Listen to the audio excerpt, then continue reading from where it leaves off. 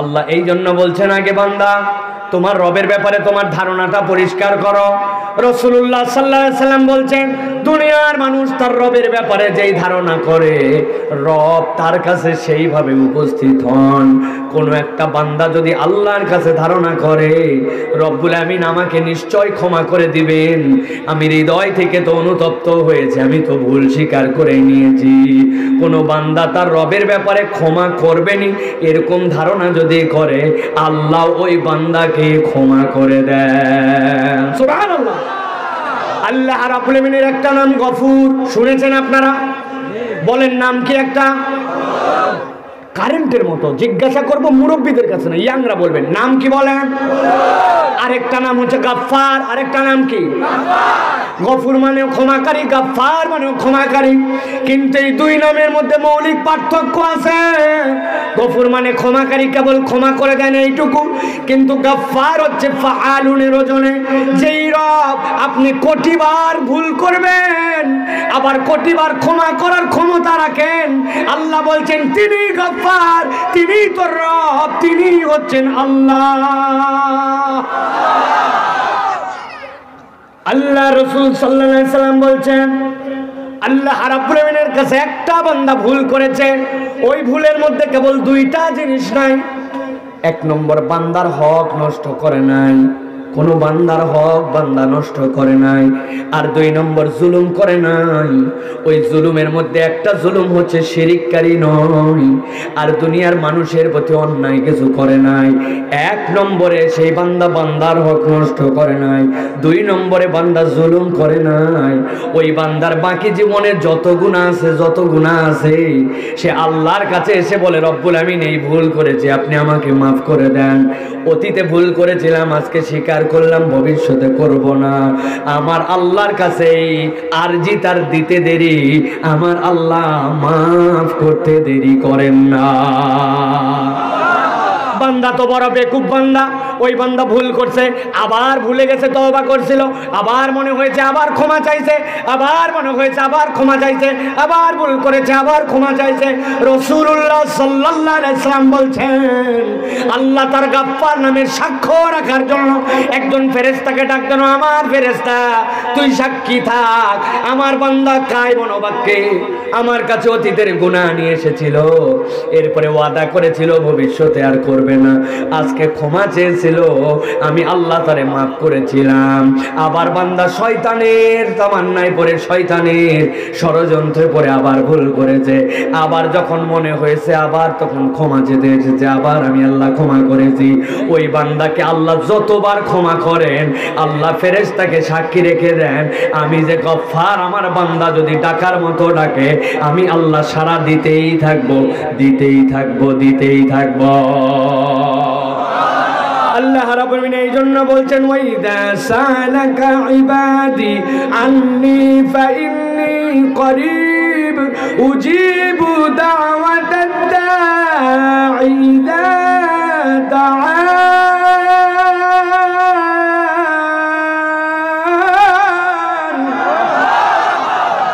আল্লাহ রাব্বুল আমিন বলছেন আমার বান্দা যখনই আমাকে ডাকবে আমি রব্বুল আমিন তাকে সাড়া দিব। আল্লাহ এই জন্য বলছেন ফালিয়াস্তাজিবুলি, বান্দা তোর যাই হোক না কেন আমারে ডাকা তুই ভুলে যাস না। যখন তোর মন চাবে আমারে ডাক, আমারে ডাক। যেই রব বলেন তুই আমার কাছে চা, হতভাগা বান্দা, বড় আফসোসের বান্দা, ওই বান্দা এখন আর আল্লাহর কাছে চাইতে জানে না, ঠিক না? কোনো একটা ভুল করছে চিন্তা করে এখন না, কোনো একটা কাজ টাজ করি, নামাজ কালাম পড়ি, তারপরে দেখি, তারপরে বসি, তারপরে চাই। বান্দা চাওয়ার জন্য অপেক্ষা করে, একটু নিজে নিজে ঠান্ডা মাথায় দিয়ে দেখেন, মনে হয় না এই ভুলটা করছিলাম, এই অন্যায়টা করছিলাম, আল্লাহর কাছে তৎক্ষণাৎ চাইতে হবে। আল্লাহ বলছেন চাইলেই আমি হাজির বান্দা। তুই রানিং এ আসিস, বসে আসিস, চলাফেরায় আসিস, শুয়ে আসিস, আল্লাহর কাছে অপরাধের কথা মনে হয়েছে, এক মুহূর্ত দেরি করিস না। এই জন্য ইসলামের সব ডাকার ক্ষেত্রে আনুষ্ঠানিকতা নাই। বান্দার যখনই রবের কথা মনে হবে আল্লাহরে ডাক দিবে। আল্লাহ বলছেন আমি আল্লাহ বললাম ফালিয়াস্তাজিবুলি ওয়ালিউমিনু বি, ওই বান্দারা যেন আল্লাহকে ডাকে আর ঈমানটার উপরে যেন অটল থাকে। লাআল্লাহুম ইয়ারশুদুন, আল্লাহ বলছেন আমি আশা করি রব্বুল আলামিন আমার বান্দা পথ পেয়ে যাবে। সুবহানাল্লাহ। তাহলে পথ পাওয়ার জন্য শর্ত কয়টা? টন টন করে উত্তর দিয়ে দেবে। কয়টা? পথ পাওয়ার শর্ত কয়টা? এক নম্বর, আল্লাহকে ডাকতে হবে, আল্লাহ রাব্বুল আলামিনের কাছে ফরিয়াদ দিতে হবে, আল্লাহর কথা মনে হলে আল্লাহর কাছে সাহায্য চাইতে হবে। সবার আগে সব বিপদে যদি আপনার রবের কথা আপনার মনে পড়ে যায় আগে, তাহলে বুঝবেন গোলামির দিক দিয়ে আপনার রবের সাথে আপনার সম্পর্কটা এখনো অটুট আছে। আর যদি কোনো বিপদে, কোনো আপদে, কোনো ক্ষেত্রে আল্লাহর আগে অমুক তমুকের কথা মনে পড়ে, তাহলে বুঝবেন আপনার আমার ঈমানটা আবার নবায়ন করা লাগবে। ঠিক না? একটা চাকরি দরকার আপনার, চাকরির ক্ষেত্রে আপনার লিডারের কাছে পরামর্শ নেওয়া লাগবে, বিভিন্ন জায়গায় যায় তাদের সহযোগিতা নেওয়া লাগবে। কোনোটা ইসলাম বারণ করে না, কিন্তু আপনাকে মনে রাখতে হবে আপনার রিজিক দরকার। সবার আগে যিনি আপনার সবচেয়ে বড় সরকার তিনি আপনার আল্লাহ। আগে যদি আপনার আল্লাহর কথা মনে হয় তাহলে বুঝতে হবে কানেকশন ঠিক আছে। আর যদি লিডারের কথা, ঘুষের কথা, টাকার কথা, মামুর কথা মনে হয় তাহলে বুঝতে হবে বান্দা আর আল্লাহর মাঝের সম্পর্কটা শিথিল হয়ে গেছে। ঠিক না? এখন বুকে হাত দিয়ে বলেন, নিজে নিজে বলেন, ভাবনা চিন্তা করে বলেন, আল্লাহর সাথে কি আমাদের সম্পর্ক টাইট আছে না শিথিল হয়েছে? শিথিল হয়েছে, শিথিল হয়েছে। আপনার আমার যে কোনো কিছুতে আল্লাহর কথা আগে মনে পড়ে না। অথচ রাসূলুল্লাহ সাল্লাল্লাহু আলাইহি সাল্লাম বলেছেন, তোমার যদি জুতার ফিতা ছিঁড়ে যায় আগে আল্লাহকে জানাও, আল্লাহ জুতাটা তো পরতেছিলাম, ফিতাটা ছিঁড়ে গেল, নতুন একটা জুতা লাগবে, আল্লাহ ব্যবস্থা করে দাও। এরপরে বাপের কাছে যায় বলবেন, আব্বা টাকা আছে নাকি, জুতাটা তো আমার লাগবে। আপনি যে আল্লাহর কাছে আগে বলছেন, আপনার বাপের কামাইটা আল্লাহ দেয়, আল্লাহর পক্ষ থেকে আপনার বাপের হৃদয়ে কামাইয়ের মধ্যে আপনার জুতা কেমনে আসবে, এই ম্যানেজমেন্ট আল্লাহ দান করে দিবে। এই জন্য আল্লাহ রাব্বুল আলামিন বলছেন, ফালইয়াস্তাজিবু লি ওয়ালিউমিনু বি লাআল্লাহুম ইয়ারশুদুন।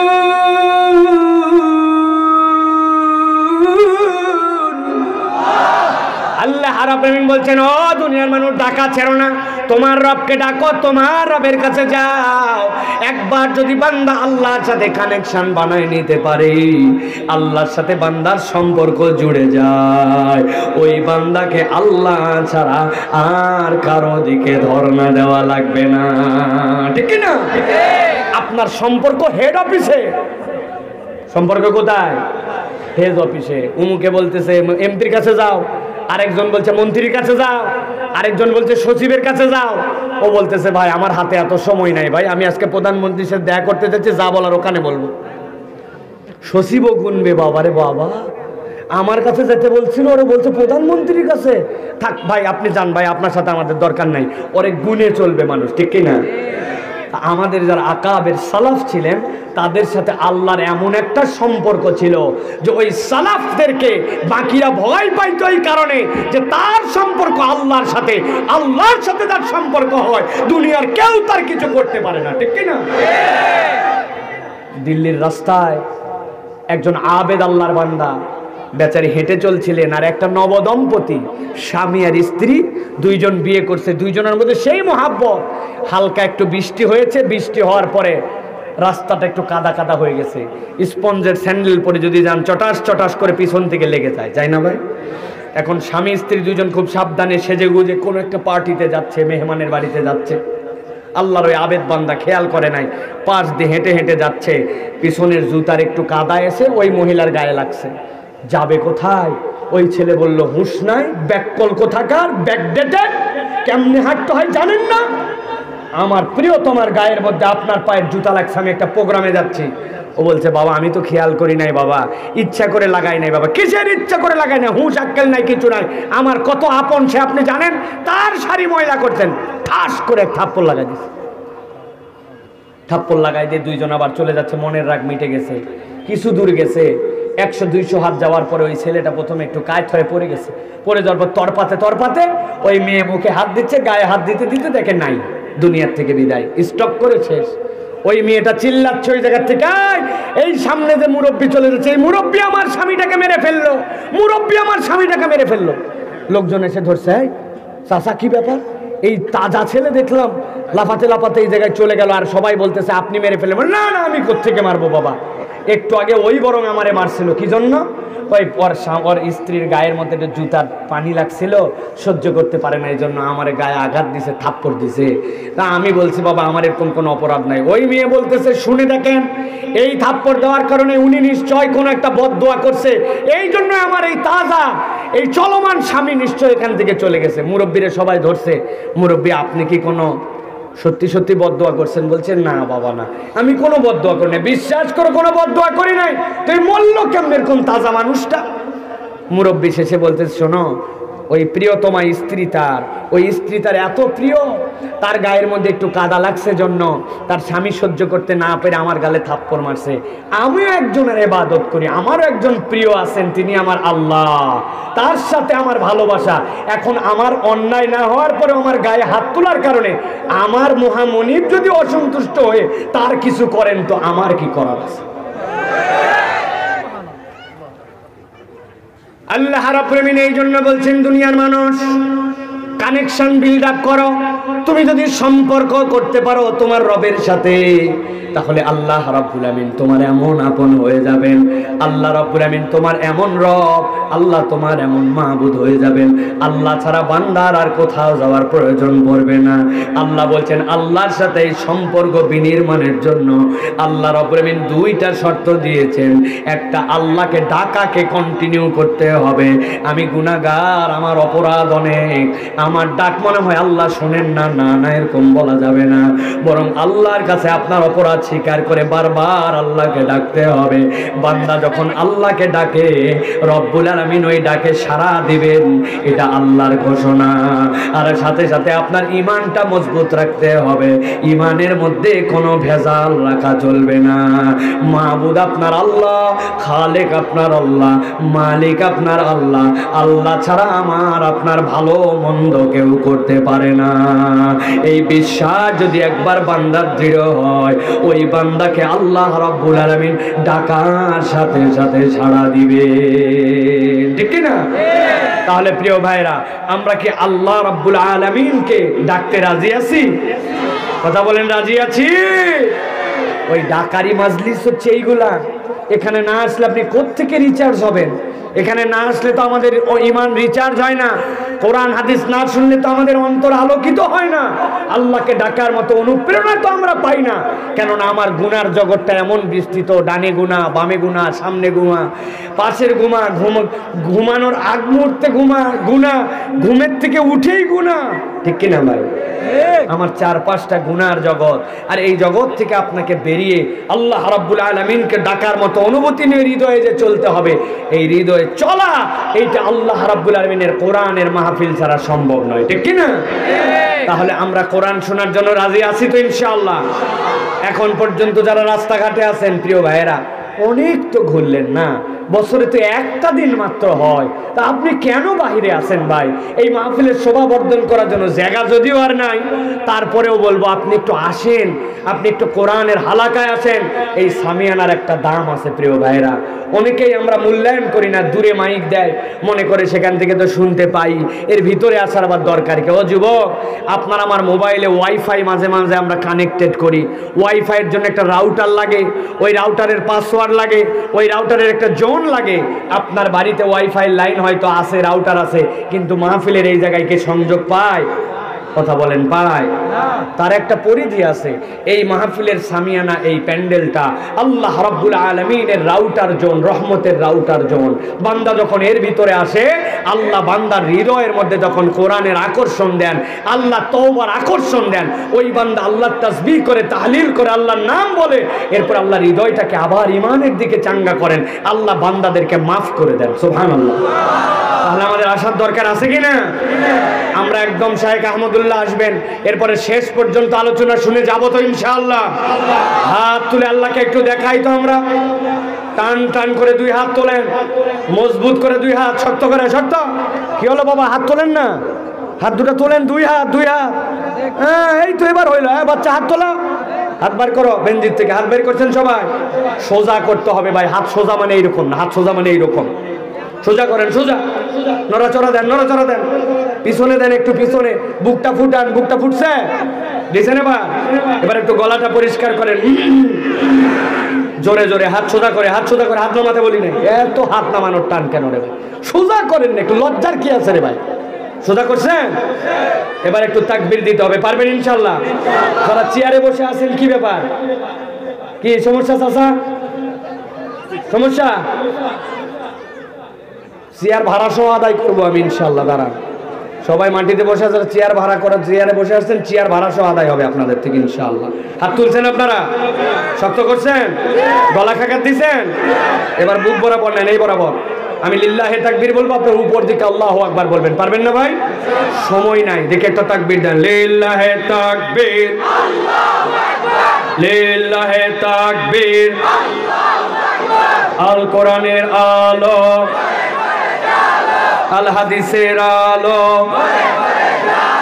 তোমার নেতা আমার নেতা, তোমার নেতা আমার নেতা, লিল্লাহে তাকবীর। আলহামদুলিল্লাহ বলেন, আলহামদুলিল্লাহ। আল্লাহ রাব্বুল আমিন কবুল করবেন, আল্লাহুম্মা আমিন। প্রিয় ভাইরা, আমি আপনাদের কাছে কুরআনুল কারীমের শাইখ আহমদুল্লাহ আসার আগ পর্যন্ত আমি বলতে থাকবো ইনশাআল্লাহ। আল্লাহ রাব্বুল আমিন কোরআনের আলাদা আলাদা 4টা সূরাতে 4টা আয়াতে কারিমার মাধ্যমে আল্লাহ রাব্বুল আমিন তার এক শ্রেণীর মানুষ, এক শ্রেণীর গোলাম, এক শ্রেণীর বান্দা যারা দুনিয়ার বুকে কতগুলো অপরাধ করে জাহান্নামের মধ্যে চলে গেছে, ওই জাহান্নামে যাওয়ার পরে ওই জাহান্নাম থেকে কতগুলো আর্তনাদ আল্লাহর কাছে দিবে, এবং এই আর্তনাদগুলি যখন আল্লাহর কাছে দিবে, ওই আর্তনাদ দেওয়ার পরে তারা আল্লাহর কাছে কতগুলো নিজের দোষও স্বীকার করবে।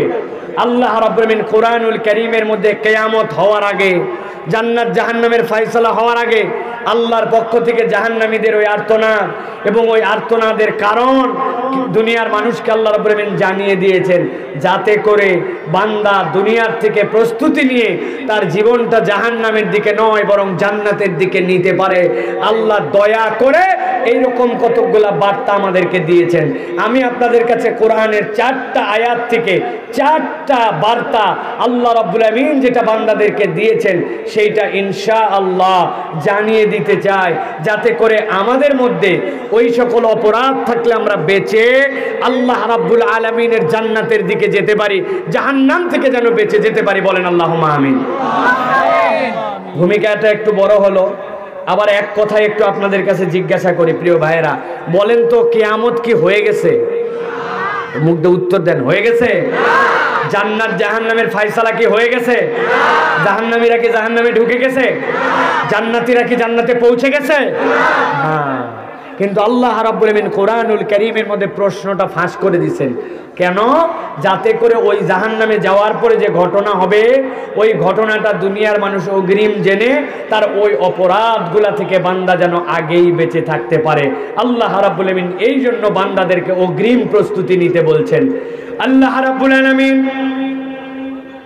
কোরআনুল কারীমের 43 নম্বর সূরা যুখরুফের 74 থেকে 77 নম্বর আয়াতের মধ্যে আল্লাহ রাব্বুল আলামিন বলছেন, আল্লাহ দুনিয়ার মানুষের কাছে বার্তা জানাই দিয়ে রাখতেছেন। আল্লাহ বলছেন, ইন্নাল মুজরিমিনা ফি আযাবি জাহান্নাম খালিদুন। আল্লাহ রাব্বুল আমিন বলছেন, নিশ্চয় দুনিয়াতে দুই ধরনের লোক ছিল। এক ধরনের লোক ছিল মুহসিন, এক ধরনের লোক ছিল নেককার, এক ধরনের লোক ছিল মুমিন, আরেক ধরনের লোক ছিল মুজরিম। ওই মুজরিমদের সাথে আল্লাহ রাব্বুল আমিন দুনিয়ার বুকে থাকা অবস্থাতেও আল্লাহর মৌলিক যে অনুগ্রহ, আল্লাহর মৌলিক যে দয়া, ওই দয়া দাক্ষিণ্য করতে আল্লাহ কারো অধিকার বর্ণ করেন না। ইমানদারদের জন্য সূর্যের রশ্মি দিয়েছেন, এরপরে তার জন্য ক্ষেতের ফল ফসল বসাইছে বলাইছেন। আল্লাহ মুজরিমদের জন্য সূর্যের আলো দিয়েছেন, আবার তার জন্য রব্বুল আলামিন অক্সিজেন দিয়েছেন। আল্লাহ মৌলিক নিয়ামত দিতে পার্থক্য করেন নাই, কিন্তু আল্লাহ বলছেন কিয়ামতে হাসরের ময়দানে বিচার হয়ে যাওয়ার পরে ইন্নাল মুজরিমিনা ফি আযাবি জাহান্নাম খালিদুন। আল্লাহ বলছেন যারা প্রকৃত মুজরিম কাফের আর মুশরিক হয়ে যাবে, আল্লাহ বলছেন তাদেরকে জাহান্নামের মধ্যে ঢুকায় দেওয়া হবে। ওই জাহান্নামে ঢোকার রাস্তা আছে, কাফের মুশরিকদের জন্য বের হওয়ার রাস্তা নাই। আল্লাহ রাব্বুল আলামিনের পরে বলছেন লা ইউফাত্তারু আনহুম ওয়া হুম ফীহি মুবলিসুন।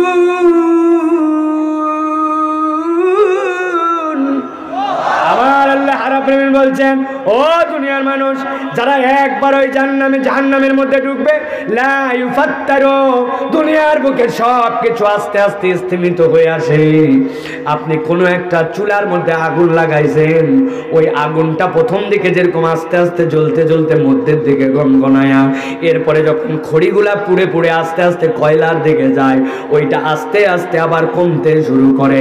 মানুষের জীবনটাও সেই রকম, মানুষটা আস্তে আস্তে বড় হয়, ম্যাচুর হয়, এই মানুষটাই আবার আস্তে আস্তে বার্ধক্যে পৌঁছায় যায়। অনেক বৃদ্ধ মানুষের আচার আচরণ দেখলে মনে হয় যেন মানুষটা শিশু হয়ে গেছে, শিশুর মতো সে আচরণ করে, ঠিক কিনা? আল্লাহ কোরআনেও বলেছেন সুম্মা রাদাদনাহু আসফালা সাফিলিন।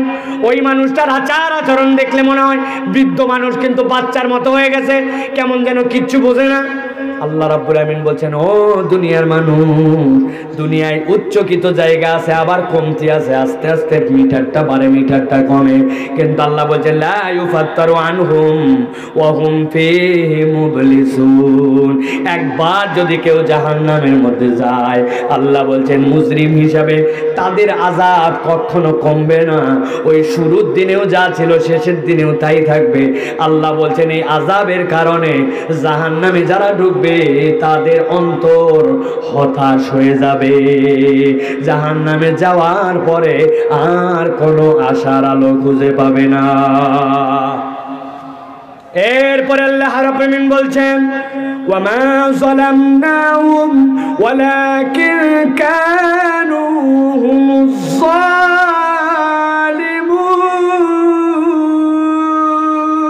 যালিমুন।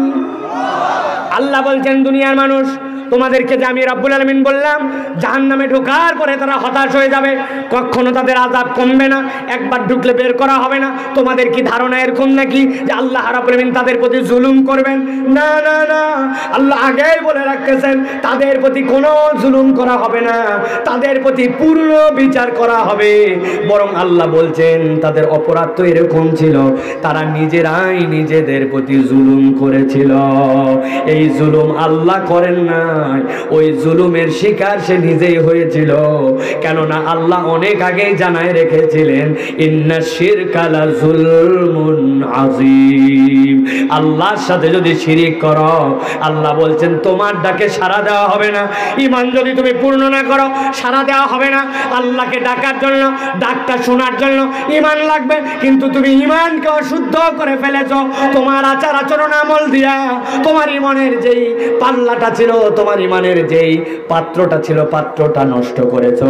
আল্লাহ এই জন্য বলছেন ওয়া মা যালামনাহুম, আল্লাহ কারো প্রতি জুলুম করেন না, বরং তারাই নিজেরা নিজেদের প্রতি জুলুম করেছিল।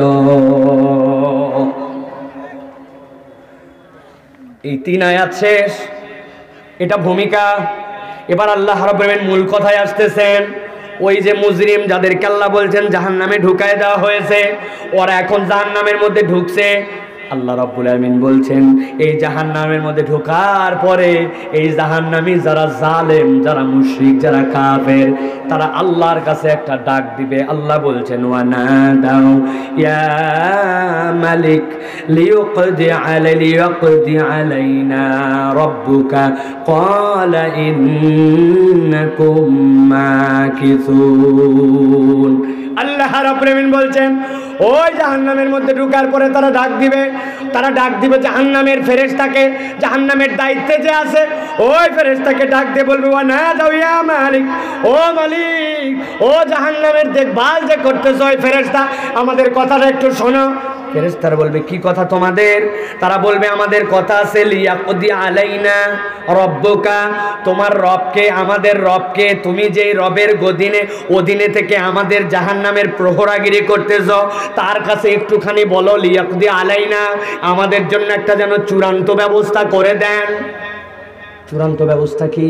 আল্লাহ তো চূড়ান্ত ব্যবস্থা করে তোমাকে জাহান্নামে ঢুকাইছেন, আবার চূড়ান্ত ব্যবস্থাকে মুফাসসিরিনে কেরাম ব্যাখ্যা করছেন। তারা যে বলবে লিয়াকদি আলাইনা, তার মানে তারা আশা করবে অনেক দিন তো জাহান্নামে ঢুকলাম, এখন আমাদেরকে একটুখানি যেন মৃত্যু দিয়ে দেওয়া হয়, আমাদেরকে মৃত্যুর ব্যবস্থা যেন করে দেওয়া হয়, আমাদেরকে যেন শেষ করে দেওয়া হয়, অনেক তো কষ্ট পাইলাম, এই শেষ করে দিয়ে আমাদের জন্য যেন চূড়ান্ত ফয়সালা করে দেওয়া হয়। আল্লাহ রাব্বুল আলামিন আগেই বলে রেখেছেন ওই জাহান্নামে ঢোকার পরে অথবা জান্নাতে ঢোকার পরে আল্লাহ রাব্বুল আলামিন মৃত্যুকেও জবাই করে দিবেন, আর মৃত্যু তোমার কাছে আসবে না।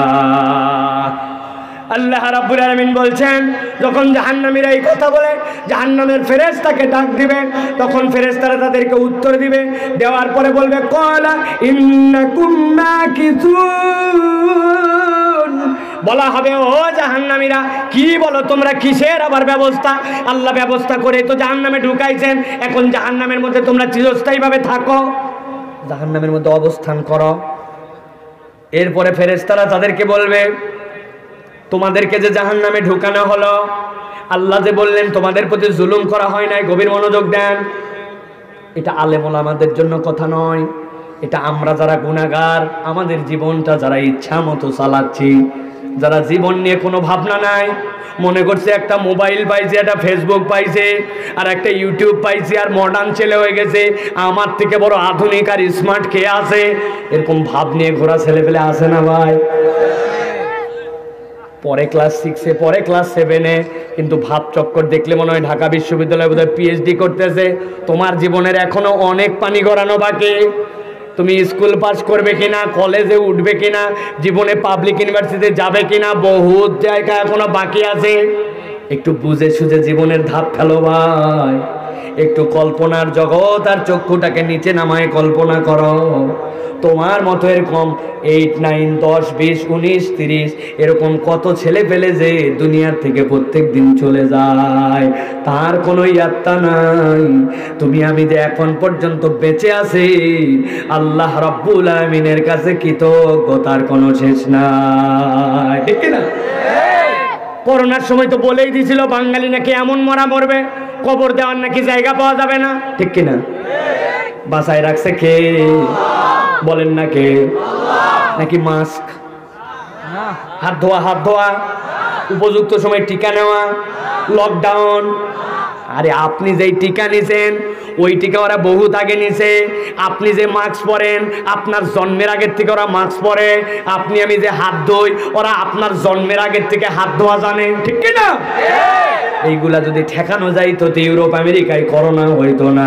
আজকের দিনেরও খবর, চায়নাতে অন্তত পক্ষে 450 লোক মারা গেছে, তাদের অর্ধেক দেশটা এখন পর্যন্ত লকডাউন আছে। আর আপনি আমি কিছুই বুঝলাম না কেমন করে কি করোনা কেমনে পার হয়ে গেল, মাথা দিয়েও কল্পনায় আসলো না, ঠিক না? আল্লাহ রাব্বুল আলামিন এই জন্য বলছেন ঠান্ডা মাথায় বোঝাও। আল্লাহ রাব্বুল আলামিন বলছেন তাদেরকে বলা হবে ক্বালা ইন্নাকুম মাকিসুন, তোমরা এখানে অবস্থান করো, কেন তোমরা ফায়সালা চাও? আল্লাহ বলবেন দুইটা প্রশ্ন তাদের কাছে জিজ্ঞাসা করো তো। কি প্রশ্ন?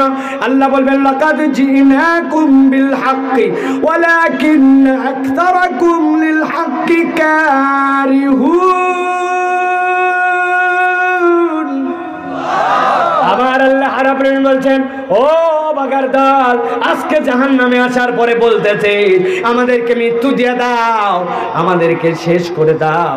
আল্লাহ বলছেন জিজ্ঞাসা করো, লাকাদ জিনাকুম বিল হক ওয়ালাকিন্না আকসারাকুম লিল হাক্কি কারিহুন।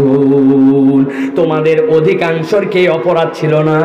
তোমাদের কাছে হক এসেছিল, তোমাদের কাছে ইসলাম এসেছিল, তোমাদের কাছে আল্লাহর বিধান এসেছিল, কিন্তু তোমরা আল্লাহর বিধান বোঝার পরেও জানার পরেও তোমরা আল্লাহর বিধানকে অপছন্দ করেছিলে, আল্লাহর বিধানকে তোমরা পাত্তা দেও নাই। জিজ্ঞাসা করি, আল্লাহ বলতেছেন ওই জাহান্নামীদের কাছে, সত্য সত্যই বলো তো বিষয়টা এরকম ছিল কিনা? এই আয়াত যখন পরিবার বিশ্বাস করেন, সবচেয়ে বেশি ভয় লাগে আমার। আল্লাহ রাব্বুল আমিন বলছেন জাহান্নামে যাওয়ার পরে বের হতে যাবে, কিন্তু বের হতে দেওয়া হচ্ছে না, বলা হচ্ছে এখানেই থাকো, হতাশ বানায় দেওয়া হয়েছে, তাদের শাস্তি কম হচ্ছে না। জিজ্ঞাসা করলে আমাদেরকে শেষ করে দাও, মৃত্যু দিয়ে দাও, কিন্তু তাদেরকে আল্লাহ বললেন লাকাদ জিনাকা বিল হক, তোমাদের কাছে কি ইসলাম আসে নাই? তোমাদের কাছে কি আল্লাহর দাওয়াত আসে নাই? আসছিল তো সব, কিন্তু আসার পরে তোমরা তো অপছন্দ করেছিলে, আল্লাহর বিধান থেকে পাশ কাটাইছিলে। একটু ঠান্ডা মাথায় কল্পনা করেন, আমার কেন জানি ভয় হয়, মনে হচ্ছে যেন আল্লাহ আমার এই ধাক্কা দিয়ে বলতেছেন আল্লাহর কত বিধান আছে যেটা জানি আল্লাহর বিধান, তারপরেও আমরা পণ্ডিতি খাটায়া মন চায় না, ভালো লাগে না, এই ওই অজুহাত দিয়া আল্লাহর বিধানকে আমরা অপছন্দ করি, ঠিক না? কে জানে না মিথ্যা কথা বলা নাজায়েজ, মিথ্যা কথা বলা হারাম? কে কে জানেন না? হাত তোলেন। এই জানো মিথ্যা কথা বলা গুনাহ? জানো জানো জানো? এই দেখেন পিচ্চি বাচ্চা, মাসুম বাচ্চা, ও জানে। এখানে জানেন না কে? আল্লাহ যে মিথ্যা কথা বলা নিষেধ করছেন সবাই জানে, কিন্তু বললে কি হয়েছে দেখি তো। এই জন্য ইচ্ছা মতো ড্যাম কেয়ার মিথ্যা কথা বলে, বাপের কাছে বলে, মায়ের কাছে বলে, স্বামীর কাছে বলে, স্ত্রীর কাছে বলে, নেতারা পর্যন্ত এখন মঞ্চে এসে আনুষ্ঠানিকভাবে মিথ্যা কথা বলে, বলে না ভাই? এত বড় ইশতেহার ধরাই দিছে, ব্রিজ কালভার্ট এই সব করে ফাটায় ফেলবে। আরে বেকল, জনগণ তো জানেই আপনার দূর কত দূর। একজন মেম্বার যদি বলে এখানকার আমি একটা 500 হাত লম্বা ব্রিজ বানাই দিব, মানুষ তো বুঝবে মিথ্যা কথা বলতেছে, কারণ মেম্বারের তো রেঞ্জই নাই, মেম্বারও জানে, জনগণও জানে, ঠিক কিনা? এই যে আনুষ্ঠানিক মিথ্যা কথা আমরা চালু করে দিছি, ইশতেহারের নামে মিথ্যা কথা, প্রতিশ্রুতির নামে মিথ্যা কথা, কে জানে না মিথ্যা কথা বলা নিষেধ, কিন্তু আমরা সকাল সন্ধ্যা মিথ্যা কথা বলি। বন্ধু 100টা টাকা পাবে, ফোন দিছে দোস্ত কোথায় আছিস, বলে আমি কেবল চান্দিনা পার হচ্ছে, আসলে বসে আছে এই জায়গাতে আড়াই বাড়ির সামনে। আসলে মৃত্যু কাছে না এরকম? কথায় কথায় মিথ্যা কথা বলে। আল্লাহ বলছেন ভালো করে বুঝে নাও, লাকাদ জিনাকুম বিল হক ওয়ালাকিন্না আকসারাকুম লিল হাক্কি কারিহুন। আল্লাহর পক্ষ থেকে হক আসছিল তোমাদের কাছে, ইসলাম আসছিল তোমাদের কাছে, কিন্তু ইসলাম তোমাদেরকে ভালো লাগে না। যেই মানুষকে দুনিয়ায় ইসলাম ভালো লাগবে না, ওই মানুষের জাহান্নাম ছাড়া যাওয়ার কোনো জায়গা হবে না, ঠিক না? মিথ্যা তো একদম মাইনর বিষয়, এটা তো একদম নিচের বিষয় গেল, কিন্তু এটা উঠতে উঠতে উঠতে উঠতে উপর পর্যন্ত আছে। ইমানের প্রশ্ন আছে, কেউ একজন মিথ্যা কথা বললে সে বেঈমান হয় না, ঠিক কিনা? মিথ্যা কথা কাবায়ের, কবিরা গুনাহ, কিন্তু মিথ্যা কথা বললে বেঈমান হয় না। কিন্তু এমন কাজ আছে যেইটা করলে আপনি ইসলাম থেকে বের হয়ে যান। আপনি যদি আল্লাহর কোনো বিধিবিধান আপনার মাথা কাটায়, বুদ্ধি কাটায়, বিবেক কাটায়, নানান যুক্তি কৌশলে, সমাজ বাস্তবতা, বিভিন্ন আপডেট মডেল, নানান কিছু অজুহাত দিয়ে আপনি যদি আল্লাহর কোনো বিধান অস্বীকার করেন, আপনার ঈমান থাকবে ভাই? কথা বলতেছে না, থাকবে? আপনি একজনকে বুঝাচ্ছেন পর্দা করা লাগবে, ইসলাম পর্দা ফরজ, উনি বলছেন রাগ তো ওই সময় ছিল আবহাওয়া খারাপ, বালুকাময় পরিবেশ, ওই সময় লাগতো পর্দা, এখনকার সমাজে আর পর্দা লাগে না। আছে কিনা এই মতাদর্শের লোক? এই কথা যদি আপনি বলেন ভাই, আপনার ঈমান চলে যাবে। আপনি বলতে পারেন পর্দা দেওয়া আল্লাহর বিধান, এটা মানাই উচিত, এটা না মানলে গুনাহ হয়, এটা আমি মেনে ফেলবো, হয়তো এখন পারতেছি না, এটা আমার ব্যর্থতা। আপনার ঈমান আছে, কিন্তু পর্দা নিয়ে যদি কটূক্তি করেন, বাজে কথা বলেন, এইটা লাগে না, অথবা আপনার মাথার দর্শন অনুযায়ী যদি পর্দার দর্শনের ঘোষণা দেন, এইটার সাথে ইসলামের কোনো সম্পর্ক নাই। নিচের দিকে পড়ছেন টাইট জিন্স, উপরে পড়ছেন গেঞ্জি বা ফতুয়া, আর মুখের মধ্যে কাপড় পেঁচায়া আপনি মনে করছেন আমার পর্দা হয়ে গেছে। আছে কিনা এই গ্রুপ, আছে কিনা? না বোন, আপনার পর্দা হয় না, আপনি কনসেপ্ট বুঝেন না। আপনাকে অ্যাপ্রিসিয়েট করে যে আপনি অন্তত হিজাব করতে হবে এইটুকু বুঝছেন, কিন্তু বাকিটা ইসলামের বিধান বুঝে নেন। আমি কয়েকটা কথা জিজ্ঞাসা করব, উত্তর দিবেন আপনারা। রাসূলুল্লাহ সাল্লাল্লাহু আলাইহি ওয়াসাল্লামের স্ত্রী কন্যাগণ, আমাদের স্ত্রী কন্যাগণ যেই ধরনের পোশাক পরে তার থেকে ভালো, তার থেকে আধুনিক, ওই সময়ে তার থেকে সুন্দর শালীন পোশাক পরতেন কিনা? পড়তেন। আল্লাহ বলছেন আপনার স্ত্রীরা যে ঘরে পোশাক পরে, আপনার মেয়েরা যে পোশাক পরে, ওই পোশাকের উপর দিয়ে একটা কিছু এমন কিছু পরা যেটা মাথা থেকে কাঁধ আর সামনের বুক পর্যন্ত ঢেকে থাকবে, ওই এক্সট্রাটা পরার নাম পর্দা। আর আপনি থ্রি পিসের ওড়না মুখে পেঁচায়া, নিচে পায়জামা উপরে জামা, আপনি যদি বলেন এটাই পর্দা হয়ে গেছে, আপনার বুঝের মধ্যে ভুল আছে, ঠিক কিনা? এটা গেল পর্দার বিধান। আল্লাহর আইনের কথা যদি আমরা বলি, তাহলে আল্লাহ রাব্বুল আলামিন চোরের জন্য শাস্তির বিধান দিয়েছেন কিনা? ওই চোর যদি সচিব হয় তাহলে শাস্তি হালকা, কথা বলেন। আর যদি মসজিদেতে জুতা চুরি করে তাহলে ওর তাহলে গণধোলায়। না না না, চোরের বিধান আল্লাহ রাব্বুল আলামিন দিয়েছেন, জিনার বিধান আল্লাহ রাব্বুল আলামিন দিয়েছেন। আপনার কাছে নামাজের ওয়াজ ভালো লাগে, রোজার ওয়াজ ভালো লাগে, হজের ওয়াজ ভালো লাগে, ফাজাইল আমলের ওয়াজ ভালো লাগে, যেই না বলবো আল্লাহর বিধান অনুযায়ী চোরেরও বিচার হোক, আল্লাহর বিধান অনুযায়ী জিনাকারেরও বিচার হোক, তখনই বান্দা বেজার, ঠিক কি না? হ্যাঁ, এই বক্তা তো এই দলের হওয়ার কথা না, এখন দেখি দলের কথা বলতেছে। আরে আল্লাহর আইনের কথা বললে আপনি যদি দল খোঁজেন তাহলে আমরাও ডিক্লার দিতে চাই আমাদের একটা দল আছে, হিজবুল্লাহ, আল্লাহর দল, ঠিক কিনা? আপনি যদি আল্লাহর দলে থাকেন তাহলে আল্লাহর বিধানে আপনাকে থাকতে হবে, কথা আমার, কথা আমার। আল্লাহ রাব্বুল আলামিন বলছেন লাকাদ জিনাকুম বিল হাক্কি ওয়ালাকিন্না আকসারাকুম লিল হাক্কি কারিহুন।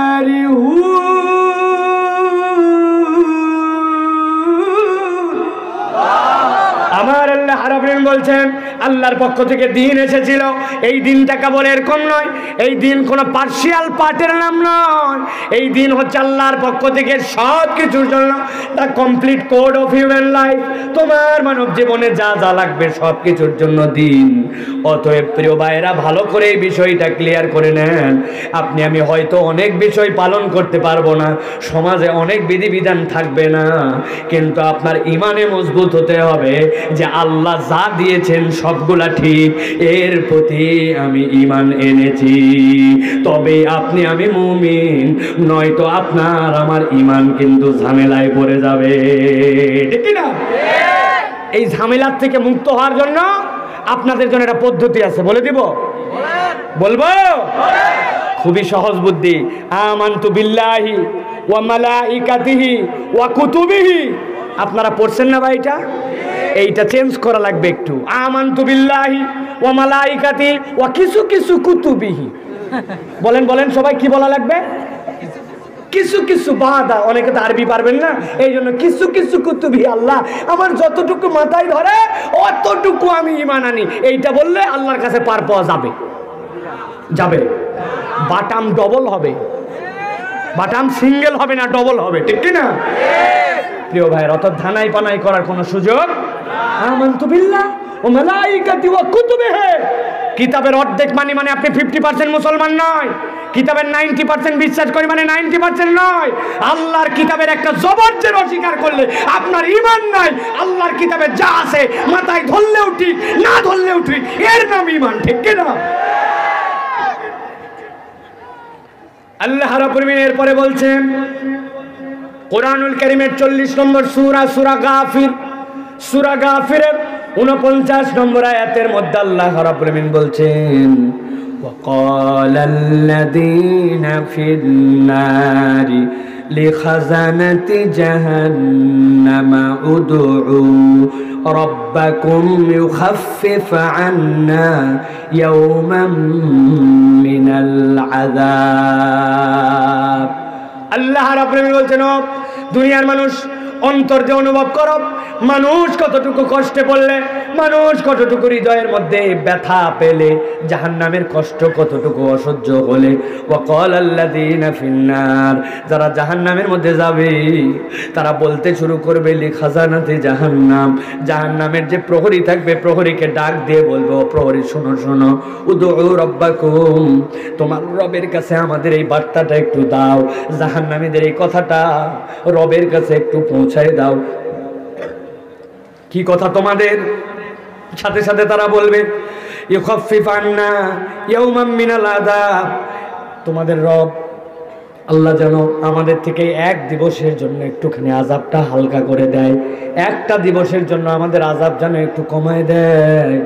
সাথে সাথে এই কথা শোনার সাথে সাথে যেই খাজানাতে জাহান্নাম থাকবে, ওই জাহান্নামের ফেরেশতা যারা থাকবে তারাই উত্তর দিয়ে দিবে ওই জাহান্নামীদেরকে। তারা বলবে ক্বালু আওয়ালাম তাকু তাতিকুম রাসূলুকুম বিল বাইনাত, আজকের দিনে এসে বলতেছ একদিনের জন্য আমাদের আযাব কমায় দেওয়া হোক। উল্টা আমরা তোমাদের কাছে জিজ্ঞাসা করি, বলো তো তোমাদের কাছে সুস্পষ্ট বিধিবিধান সহ পয়গম্বর আর রাসূলরা এসেছিলেন কিনা? নবী রাসূলরা তোমাদের কাছে স্পষ্ট বিধান নিয়ে আসছিলেন কিনা? বাইনাত মানে কি? বাইনাত মানে কি? বাইনাত মানে এমন বিধান যার মধ্যে কোনো জড়তা নাই, যার মধ্যে এমন কিছু নাই যেটা আপনার মাথার মধ্যে ক্লিয়ার নয়। ইসলামের মৌলিক বিধিবিধানের মধ্যে আপনার জন্য কোনো অসামঞ্জস্যশীলতা অথবা কঠিন কিছু বিষয় এরকম কিচ্ছু নাই এর মধ্যে। আপনি দেখলেই বোঝেন যে আল্লাহ রাব্বুল আলামিন এই বিধিবিধানগুলো স্পষ্ট করেছেন। একজন মানুষের জন্য আল্লাহর প্রতি ঈমান আনা লাগবে। আল্লাহর প্রতি ঈমান আনার পরে আল্লাহ রসুল মুহাম্মদ সাল্লাল্লাহু আলাইহি ওয়াসাল্লামকে শেষ নবী হিসাবে ঈমান আনা লাগবে। এইটার মধ্যে আবার না বোঝার কি আছে?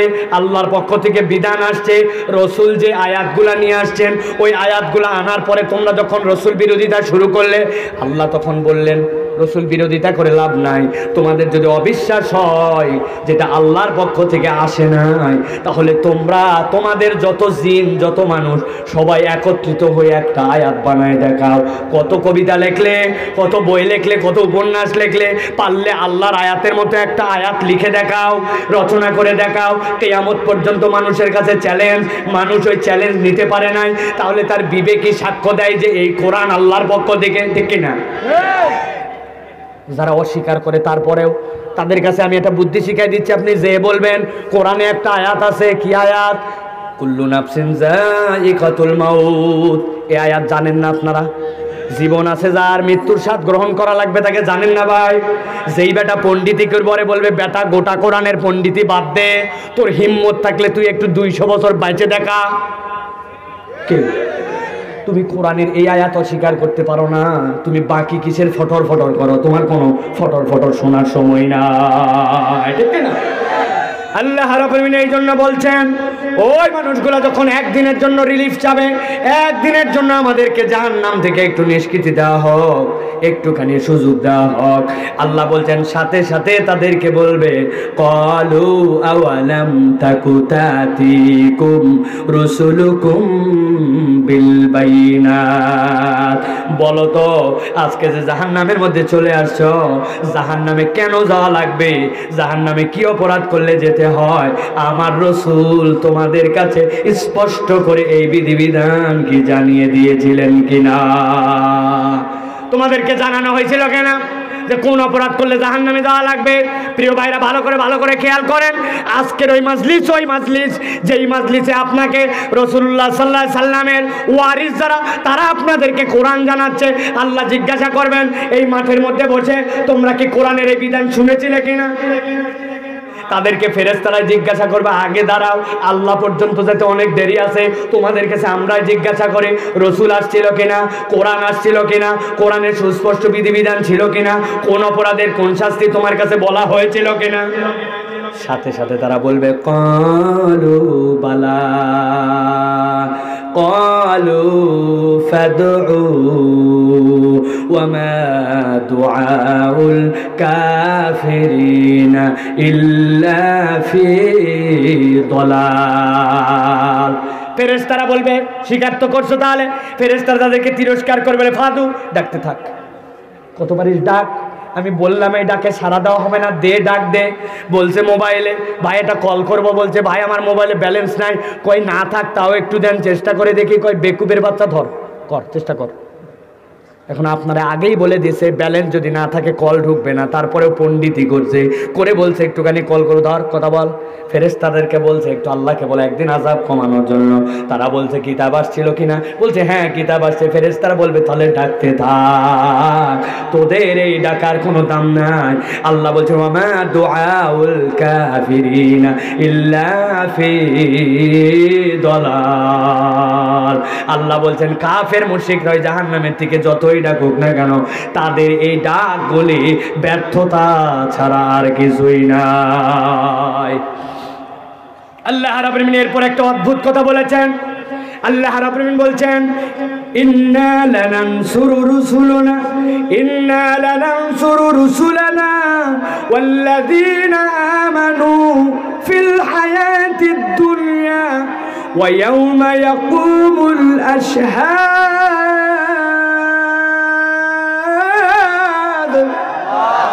আমার আল্লাহ রাব্বুল আলামিন বলছেন আর একটা জিনিস জেনে রাখো, ওই দিন যাওয়ার পরে কাফের মুশরিক যারা জাহান্নামে গেছে, জাহান্নামে যাওয়ার পরে আল্লাহকে ডাকে আর আযাব কমাতে বলে, তাদের কোনো ডাক শোনা হবে না।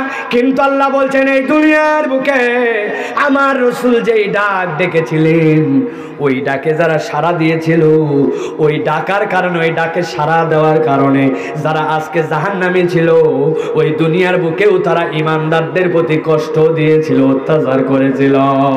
কোরআনের পক্ষে থাকার কারণে নানান ধরনের নির্যাতন হয় কিনা, ইসলাম গ্রহণ কারণে, ইসলামের কারণে, আল্লাহকে আল্লাহ বলে শিকার কারণে, মুহাম্মদ সাল্লাল্লাহু আলাইহি ওয়াসাল্লামকে মুহাম্মদ সাল্লাল্লাহু আলাইহি ওয়াসাল্লাম বলার কারণে, দিন আমার ইসলামের কারণে পুরো পৃথিবীতে মুসলমানদের প্রতি নির্যাতন আছে কিনা? আল্লাহ রাব্বুল আলামিন বলেন ইন্না লানানসুরু রুসুলানা ওয়াল্লাযীনা আমানু ফিল হায়াতিদ দুনিয়া। ও দুনিয়ার মানুষ, তোমাদেরকে আমি রব্বুল আলামিন প্রতিশ্রুতি দিলাম, আল্লাহর পক্ষ থেকে যে সুস্পষ্ট বার্তা আসছে একবার হৃদয়ের মধ্যে ধারণ করে নাও। আমি আল্লাহ বললাম দুনিয়াতেও তোমাদেরকে সাহায্য করব, আর পরকালে যাওয়ার পরে আল্লাহ বলছেন তোমাদের জন্য কোনো চিন্তা নাই। সুবহানাল্লাহ। অতএব ঈমানের মতো ঈমান যদি ধারণ করতে পারি, ঈমানদারের কোনো চিন্তা নাই, ঠিক কি না? দুনিয়াতে একটাই জাতি যারা তাদের জীবন দিতে একটুকু চিন্তা করে না, তারা মুসলমান। মুসলমানের কোনো লস আছে? লস আছে? রাসূলুল্লাহ সাল্লাল্লাহু আলাইহি ওয়াসাল্লাম বলছেন এই আমার সাহাবে, তুমি যদি আল্লাহর রাস্তায় জিহাদে চলে যাও, আল্লাহর জন্য নিজের জীবনকে যদি তুমি উৎসর্গ করে দাও, তোমার মৃত্যু আর জান্নাতের মধ্যে কোনো পার্থক্য নাই। সাহাবীর হাতের মধ্যে খেজুর ছিল অনেকগুলা, একটা দুইটা খাইছে আর বাকিগুলা বাম হাতে দানা ধরে রাখছে। উনি বলছেন কি বললেন ইয়া রাসূলুল্লাহ? বলে আল্লাহর জন্য যদি তোমার জীবন দিতে পারো, জান্নাত আর তোমার মধ্যে এই মৃত্যু ছাড়া কোনো পার্থক্য নাই। খেজুর এরকম করে ছেড়ে দিছে, দূরে এরকম করে ছুঁড়ে মারছে, ধর খেজুর খেয়ে এই সময় নষ্ট করার সময় আছে নাকি? আমি আল্লাহর জন্য ঝাঁপায় পড়লাম। আল্লাহু আকবার। এই জন্য পুরা পৃথিবী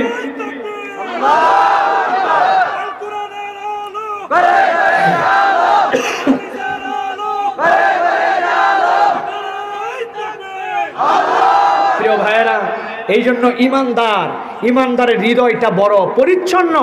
একবার যদি সে ইমানের মজা পেয়ে যায়, সে তো, আমি তো বলছিলাম করোনার সময় প্রিয় ভাইয়েরা, দুনিয়ার সবাই করোনার থেকে বাঁচার জন্য চেষ্টা করে, তো মানুষ হিসেবে লা দরার ওয়ালা দিরার, ইমানদারও ক্ষতি করবে না, ক্ষতিগ্রস্ত হবে না, বেঁচে থাকার চেষ্টা করবে। কিন্তু ইমানদার করোনাকে ভয় পায় না, কারণ আমার নবী বলছেন এরকম কোনো মহামারীতে যদি মারাও যাওয়া লাগে, আমার ইমান যদি ঠিক করে যেতে পারি, আমার মৃত্যু আল্লাহ শাহাদাতের মৃত্যু দিবেন, ঠিক কি না? ওর বহুত চিন্তা আছে, কেবল একতলা হয়েছে, আরো চারতলা হওয়া বাকি।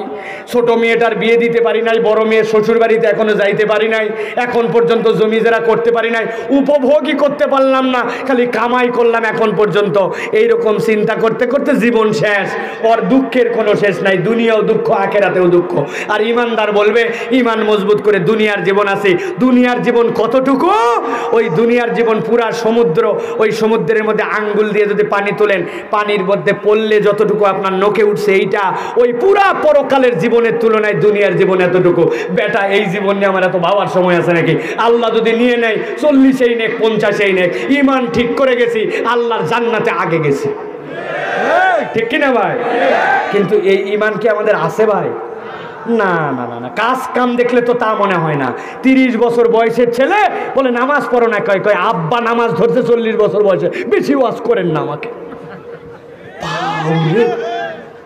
কয় আব্বা নামাজ ধরছে 40 বছর বয়সে, আপনি কি ওয়াজ করতেছেন? বাপ নিজে অনেক সময় সন্তানকে বিভ্রান্ত করে, সন্তান দাড়িটা ছেড়ে দিছে, কয় তোরে মোল্লা হতে কে বলছে? ব্যাককল, আমি কখন দাড়ি রাখছি দেখিস না? বাপের আগে দাড়ি রাখছে, কাট। আছে কিনা? আছে কিনা?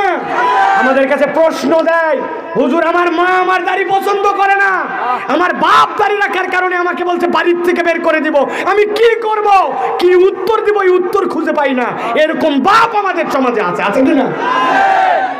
সকালবেলা কোচিং এ যায় না জন্য বাপরে ধরে পানিশমেন্ট দেয়, সন্তানকে মারে, কিন্তু ফজরের নামাজে যায় না জন্য সন্তানকে কিছু বলে না। এরকম বাপ আছে কিনা? লিল্লাহে তাকবীর। হয় নাই লিল্লাহে তাকবীর। শেখ আহমদুল্লাহর আগমন, শেখ আহমদুল্লাহর আগমন মাহফিলের পক্ষ থেকে লিল্লাহে তাকবীর।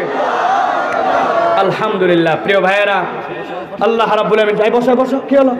বসো সব বসো। আলহামদুলিল্লাহ, যার আগমনে আপনারা অপেক্ষা করছিলেন, আমাদের ফজিলাতুল শেখ আহমদুল্লাহ হাফিজাহুল্লাহ আপনাদের মাঝে এসে গেছেন। আলহামদুলিল্লাহ বলেন। এখন দরজা লাগাই দেন, একজন জানি ঢুকতে না পারে আর প্যান্ডেলে। ওখানে যারা আছেন, যা আসে না আর কোনো জায়গা নেই এখন পর্যন্ত। ঠিক আছে না আপনারা ভাই? আর কোনো ঢুকতে দেওয়া হবে না। বহুত ঘুরছেন আপনারা, হাতে পায়ে ধরছি আপনাদেরকে, আসেন বসেন, সুন্দর পরিবেশ আপনাদের, আর কাউকে ঢুকতে দেওয়া হবে না। শায়েখ এক্ষুনি আলোচনা শুরু করবেন ইনশাআল্লাহ। প্রিয় ভাইয়েরা, আমি 1 মিনিটে শেষ করে দেবো শায়েখ। প্রিয় ভাইয়েরা, তাহলে আমাদের যেটা বলছিলাম যে আমাদের দুনিয়ার জীবনটা আমাদেরকে পরকালমুখী করে চালাতে হবে। দুনিয়ার জীবন আপনার লাগবে, দুনিয়া ত্যাগ করে আপনার জীবন নয়, কিন্তু এই দুনিয়া আর আখেরাত এটার মধ্যে আপনার বোধের জায়গাটা ঠিক করতে হবে। রাজি আছি তো আপনারা? আমি একটা উদাহরণ দেই আপনাদের কাছে, এটা আমার উদাহরণ নয়, এই উদাহরণটা আমি শিখছি আমাদের রকমারির যে সোহাগ ভাই আছেন, সোহাগ ভাই আমাকে এই উদাহরণটা দিয়ে বুঝাইছেন যে সাইফুল্লাহ ভাই, দুনিয়া অনেকেই বলে লাগবে না, কিন্তু দুনিয়া লাগবে। কতদূর লাগবে শোনেন। এক মাঝি, সে মাছ ধরে সমুদ্রে, মাছ ধরে নদীতে, সে খুব পানি পছন্দ করে। কি পছন্দ করে? বলে আই লাভ ইউ ওয়াটার। কেন? কই আমার পানি না থাকলে জাল খাওয়াবো কেমনে, পানি না থাকলে মাছ নাই, আমার কামাই হবে কেমনে, পানিও নাই তো আমার তো কোনো উপায়ও নাই। অতএব সে খুব পানির মহব্বত, খালি পানি আর পানি। একজন এসে বলছে, বেকল তুই নৌকাতে বসে ওই জায়গায় বসে থাকিস যেই জায়গার থেকে ওই হাল চালানো যায়, তুই পানিরে মহব্বত করিস, পানিরে মহব্বত করলে তো বুকে টানা লাগে, মহব্বতের জিনিস কাছে রাখা লাগে, ঠিক না? পরে বুদ্ধি দিচ্ছে, একটা শাবল দিলাম, তুই নৌকার তলা ফুটা করে দে। শাবল দিয়ে নৌকার তলা ফুটা করছে, এখন গল গল করে নৌকার তলাতে পানি আসতেছে, আর ও চিন্তা করছে, আহা হা, আজকে তোমার পানি আর আমার দুইজনের মিলন হবে এই জায়গাতে, এত পানি ভালোবাসি। অতএব নৌকা ফুটা করে গল গল করে পানি উঠতেছে, পানিকে মহব্বত করে এখন বুকে টানতেছে, নৌকার ভিতরে ভরায় নিচ্ছে। বুঝে থাকলে বলেন তো ভাই, পানিকে মহব্বত করে নৌকার তলা যদি ফুটা করে দেয়, তাহলে এই নৌকা কি ভাসবে না ডুববে? অত মনে বুঝেন নাই না? ভাসবে না ডুববে? ডুবে যাবে। প্রিয় ভাইরা, ঠিক একই রকম আপনি দুনিয়া ছাড়া আপনি চলতে পারবেন না, পরকালমুখী আপনার জীবন লাগবে, কিন্তু আপনার দুনিয়ার মহব্বত, আপনার অন্তর যেটা, যেই অন্তরের কারণে আল্লাহ আপনাকে কবুল করবেন, আল্লাহ আপনার অন্তর থেকে আপনার আমলকে নেবেন, ওই অন্তরটা পরকালমুখী থাকবে। আপনার দুনিয়া লাগবে, কিন্তু অন্তরের মধ্যে ফুটা করে যেন দুনিয়া ঢুকাই দিয়েন না, তাহলে আপনার দুনিয়াও বরবাদ, আখেরাতও বরবাদ। ঠিক কি না? অন্তরটা আল্লাহমুখী রাখতে হবে আমাদেরকে। যা কাজ করব পরকালের দিকে তাকায় কথা বলতে হবে, চলতে হবে আমাদেরকে। আল্লাহ আমাদেরকে বোঝার তৌফিক দেন, বলেন আল্লাহুম্মা আমিন।